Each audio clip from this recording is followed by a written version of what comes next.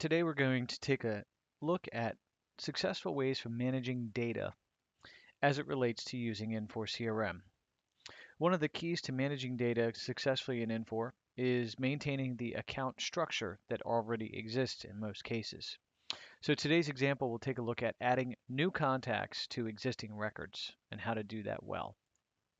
First of all, if we take a look at the web client, and we're looking at, in this instance, chopper construction.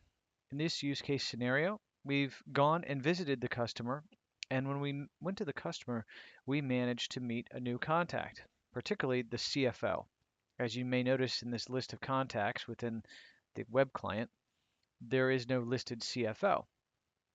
So as a result of today's meeting, we're going to add a new contact.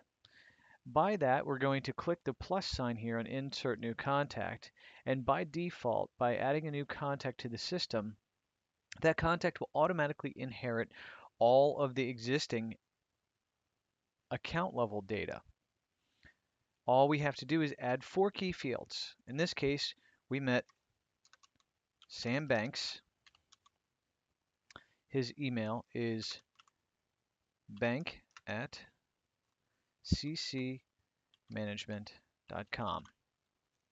We're going to add his job title, which is a part of the pick list, CFO. And we can add a mobile phone number if we've acquired one as part of the meeting.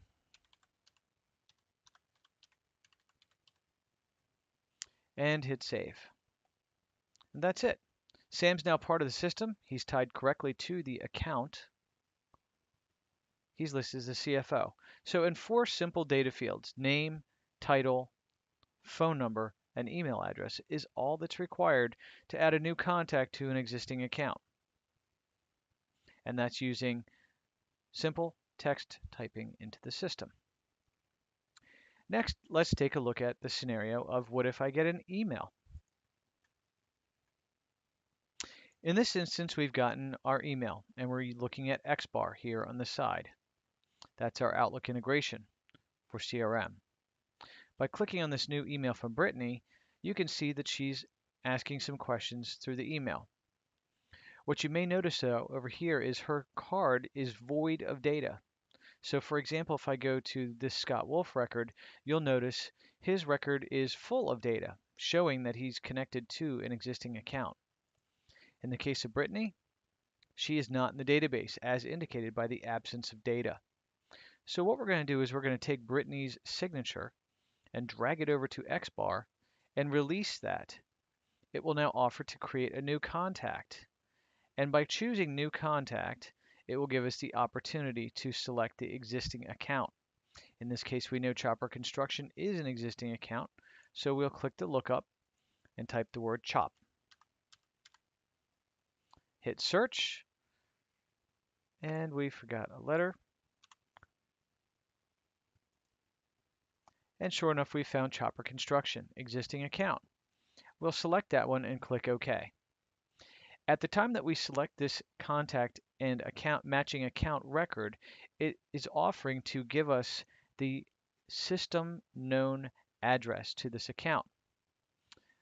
In many cases, we will say yes to inherit that account. In this case, you see she's in the Pennsylvania branch, so we may choose to put a different address in.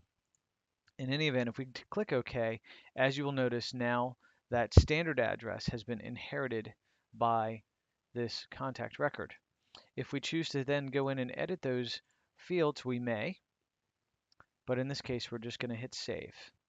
Once we've hit save, you'll notice that XBAR is refreshed and now indicated that she is in fact linked to the Chopper Construction account.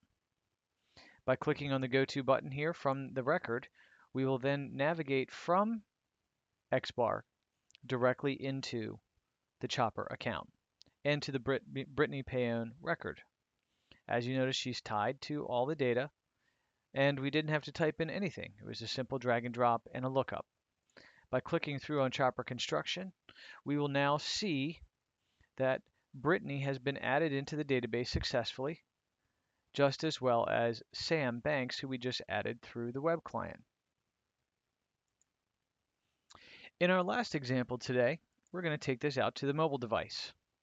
So as you can see, we are currently in Infor CRM mobile on our phone. In this case, we have a meeting today with Kelly at Chopper Construction. So what we're going to do is we're going to go ahead and navigate into this meeting account. And before walking in the door, we're going to take a look at who do we know at the organization. By choosing contacts, we get to the list of contacts that we know here. And in fact, we notice that we now have the CFO, Sam Banks, who was previously added from another meeting. And if we scroll down, we can see all the other folks that we happen to know, including Brittany, that we connected through the drag and drop in XBAR. But we did meet a 10th person, a new person who's the director of marketing. We're going to click the plus sign from mobile, and again, much like you saw before in the other insert forms, we have data fields already filled in, but we're going to go ahead and add a new name. And we met Mary Briggs. And we're going to hit save on her name. And we've got Briggs at ccmanufacturing.com. And her title, again, the same pick list that we found in the full web client is here. And we got a mobile phone for her. And this time I'm going to go ahead and do voice to text. 202 244 3736. At this point, we can see what else is necessary on the form, but nonetheless, we have the fields filled in, and we'll hit save. And now Mary Briggs, the Director of Marketing, has been added to the system through our mobile phone. These are 3 simple ways to add data in and preserve account hierarchy data structure within the CRM system.